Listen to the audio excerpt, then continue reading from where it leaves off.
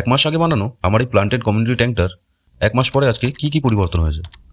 সামনে যেই ড্রপ স্যাজিটারিয়াগুলো লাগিয়েছিলাম তারা এখন নতুন নতুন পাতা বার করে সামনের দিকটা প্রায় কভার করে দিয়েছে, আর পেছনের ভ্যালিসনেরিয়াগুলো ব্যাকগ্রাউন্ড ভালোই কভার করেছে।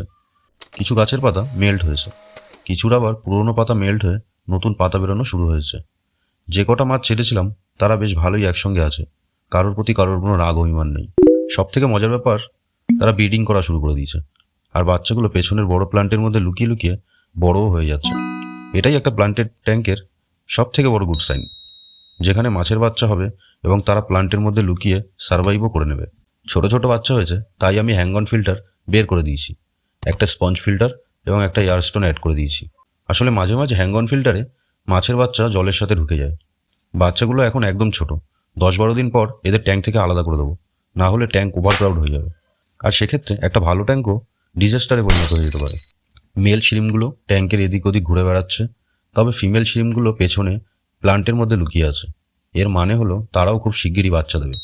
সব ঠিকঠাক থাকলেও একটা জিনিস প্রচণ্ড পরিমাণে বেড়েছে ট্যাঙ্কে, যেটা আমি কখনোই চাইনি, আর সেটা হলো পেট স্নেল। কখনো প্ল্যান্টে, কখনো অ্যাকোরিয়ামের ওয়ালে, কখনো বা ফিল্টারের উপর, মানে একদম এক্সট্রিম প্রোডাকশন। যাই হোক, এই স্নেল বাদ দিলে ওভারঅল ট্যাঙ্কের কন্ডিশন এখন ভালোই আছে।